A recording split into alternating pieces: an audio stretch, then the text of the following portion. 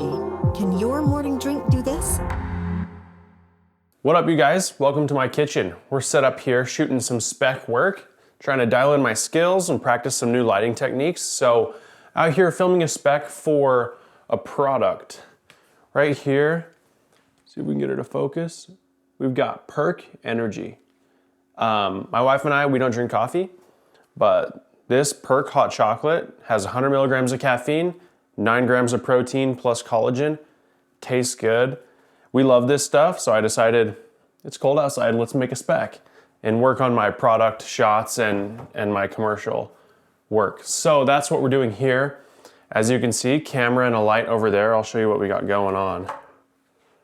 All right, right here, FX3. It's running an old Minolta Rocker f1.4 vintage film lens. We've got black Pro Mist 1/8 on the front, just getting that nice diffused look. Got an Amaran 100D, and I do not have a spotlight adapter. So I've got a toilet paper tube with sticky notes cut out for the slot, and it actually works really good. You can see that splash of light right there that's coming and really highlighting the Perk. That is coming from that 100D.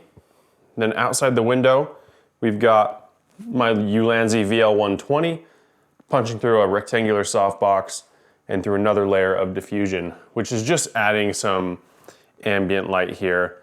Nothing too crazy. All right, you guys, so here is the frame. Obviously, no lights are on right now. I'm gonna show you what I've introduced lighting-wise to make this look half decent. So, frame's looking good. We got the Perk centered up. So I'm gonna turn on the key light outside the window. That's our key light, adding in some nice soft fill. You can see how soft that light is. Adds some nice accents and some glare to the cups and the Perk itself. And then my favorite light, right there, the little slash of light that we're getting coming in, that creates some depth, creates some nice contrast ratio, and really helps us highlight the Perk itself. And we can rotate this light and do whatever we want with it. As you can tell, it's really highlighting the Perk right there. So it looks really good. And this light is running on 8%. The one outside's on 31%. Overhead lights are turned off. I tried it with them on. It just didn't look good. It didn't give me enough contrast. So we're just running it straight with these two lights. But that's the current setup. I'm gonna be filming in the kitchen. I'm gonna do some tabletop studio work and then some other fun shots.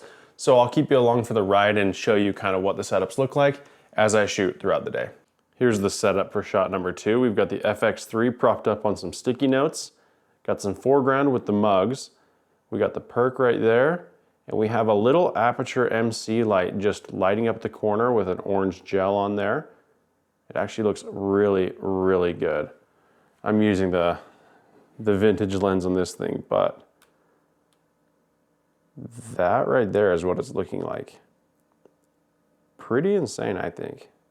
All right, it's 1:30 and I've only gotten through about 3 of my shots. Luckily, this is like max 12 shots for this commercial, so a lot of them are like small macro shots that I can just use the same lighting setup for, but I'm getting the big ones done first. But now I'm starting to get into some macro work. We can see here on the table, we've got big light, sketchy, spotlight.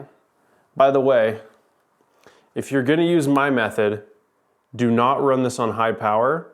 And if you are going to, turn it on right before you shoot and turn it off really quick when you're done, because this will start to light on fire.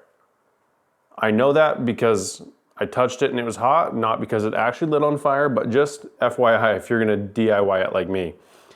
Anyways, this shot that we're getting here is just gonna be a shot where I drop some of the Perk into the cup. As you can tell, it looks really nice. And I'll show you what this accent light does. So it really goes and fills in the background with some light and brightens it up. But again, make sure it's off until you're ready to shoot. That's at 61%. So that right there is the shot, camera. We're gonna do a few more shots kind of in this macro stage. All right, so we're going for take one. This is my little handheld fog machine, just to add some haze. Go ahead and haze it up just a little bit. By the lights. And fog, this is technically fog, not haze, so it's a little thicker, so you gotta give it some time to disperse. Camera speed. Light on in the corner. All right. Action. I don't know how that turned out, but we'll reset and do it again. Okay, so after watching that back, I need to use this hand instead of this hand because reaching over and dumping it cast a shadow from this light, which I should have known, but that's why it's important to watch your stuff back. So I'm gonna go ahead and rinse this cup out, get it looking nice and clean again, and then I'm gonna come in from this side, which is easier. I don't know why I didn't do it. Probably because I'm left-handed and this is my left hand, but I'm just gonna come in from this side, boom. The shot looked great other than me screwing it up, which is usually how it goes. All right, and 3, 2, 1, action. All right, we're working through some shots right now. I've got this little rig set up on the FX3, and we've got an old perk bottle that I've cut the bottom off of. Cut the bottom off right there. And we're just getting a shot where I'm covering up the lens, and I'm just opening it up and looking down into it. So it's pretty cool, unique shot. I'll throw it in there right now so you can see it, but I don't know, just have fun, do some unique stuff. So in the kitchen, shooting some macro stuff. We've got the kettle. I've got to do some cleaning for the kettle, but that's kind of the shot we got going right there, and it's a little overexposed on the camera itself, but I'll throw it in the video. But yeah, just got this really up close. We're gonna show off the kettle. We're gonna hear the kettle, and we're gonna see the steam. It's gonna help build some tension. So I'm gonna go ahead and clean off the kettle, make sure it's good to go, and then get the water boiling and get this shot done. It's currently 3:13, going on 6 hours, working on this so far. We have one more kitchen shot to do, and then we have the tabletop studio work to get done. It's gone really well so far. I'm really happy with the shots, and I'm not worried about pace and timeline on this shoot. I gave myself all day today because I wanted to take all day to learn and to try new things. Like my first shot, I redid 3 or 4 times until I could get the right contrast ratios. I filmed the whole start of this YouTube video with a setup that I thought would be good for the first shot, shot the whole thing, threw it on the computer with my second shot, realized it didn't match, brought it back, and then refilmed the intro that you saw in this video with a completely different lighting setup. So that's the beauty of spec work. There's no pressure. You have no timeline. It's your video. It's gonna look how you want it to look. And that's why it's so important to do spec work. When you're working for clients, it's easy to get stuck in a routine of things that you know how to do, which is great. And it's honestly pretty risky to take serious bets and try super new things with clients. That's why you need to get spec work in. It's how you grow your craft. It's how you foster your creativity and keep things fun. I'm having a lot of fun doing this, even though I'm tired. I've been standing, I've been moving lights, I've been setting entire scenes up and then tearing them down because I hate how it looks. And I've had to act, which I hate doing. It's just me.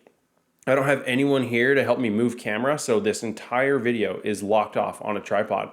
So I'm the character in this short, as you definitely saw. But that's like one of my biggest fears, honestly, is like getting in front of camera, because I, like a lot of people, hate the way I look on camera. It's stupid, and I know I look fine on camera, but I think I don't. So, conquered my fear, getting better at acting, and there's just a lot of reasons why you should take a day and do some spec work. Cram some of your work into a few days prior, and take a day, pick something that you like around your house, that you use around your house, I don't know, that you think's cool, make a video about it. All right, so this is the setup for the last shot of the spec. We've got the Ulanzi VL120C with the rectangle softbox, and it's also being diffused through the 5-in-1 just to give that really soft look here on the cup and the product. And since they're such reflective surfaces, and we're working with a granite countertop too, You want as much diffusion as possible to get the best look on these things. Over here, but not turned on, is my DIY homemade accent light.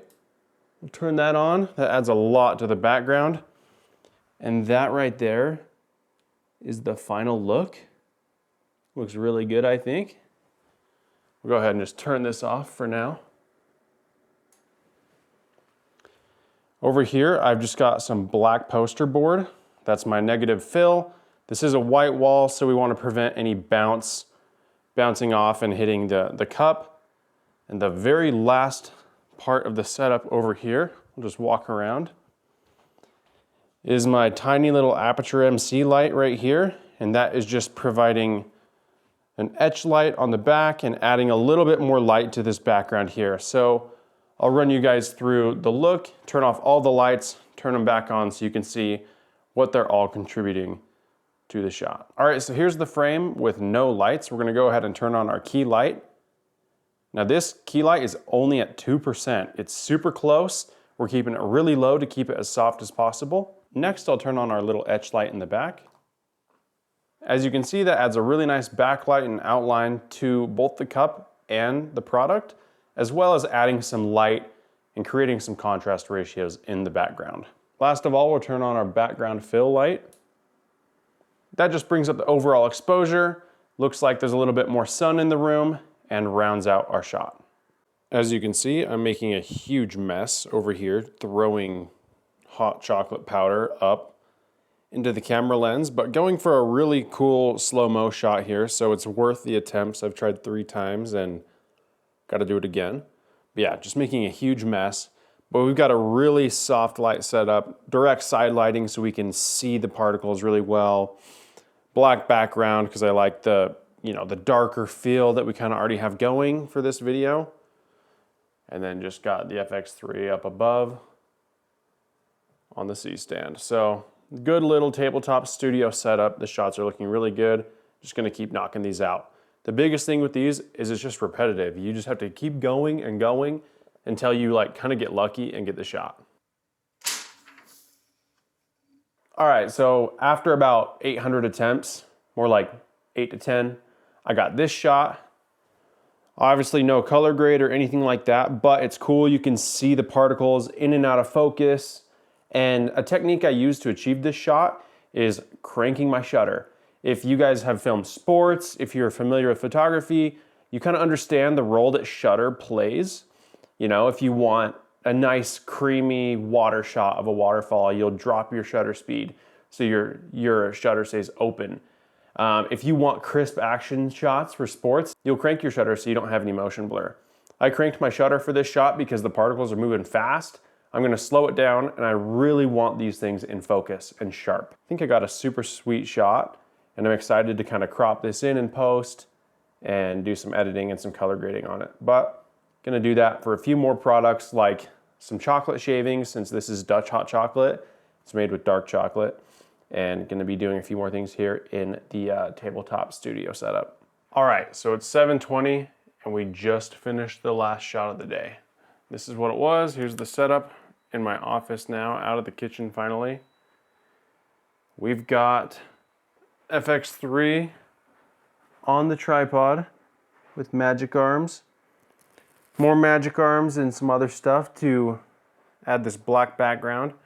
We've got the C-stand with the light on top, overhead lighting, fishing line down to the bottle of perk. And then we got some bounce in the corner. And this is what the shot is looking like. Pretty sweet, honestly. I didn't have a long enough magic arm to get the camera as far away as I wanted to get a full product shot, but I just sit here and kind of rotate this around the perk itself. Makes for some cool shots. I'll throw an example in here from the final version. That's gonna do it for behind the scenes tonight. I hope you enjoyed following along and I hope you learned something. Probably not the best coverage, but I was trying to do a lot of things myself. Spec work is super important. It's tiring. I'm super tired. It's 7:30 right now, almost a 12-hour day. It was a 10-hour day doing my own spec work for just a short commercial, but I learned a ton and it's worth the time invested. So good luck, go make some fun projects, have fun.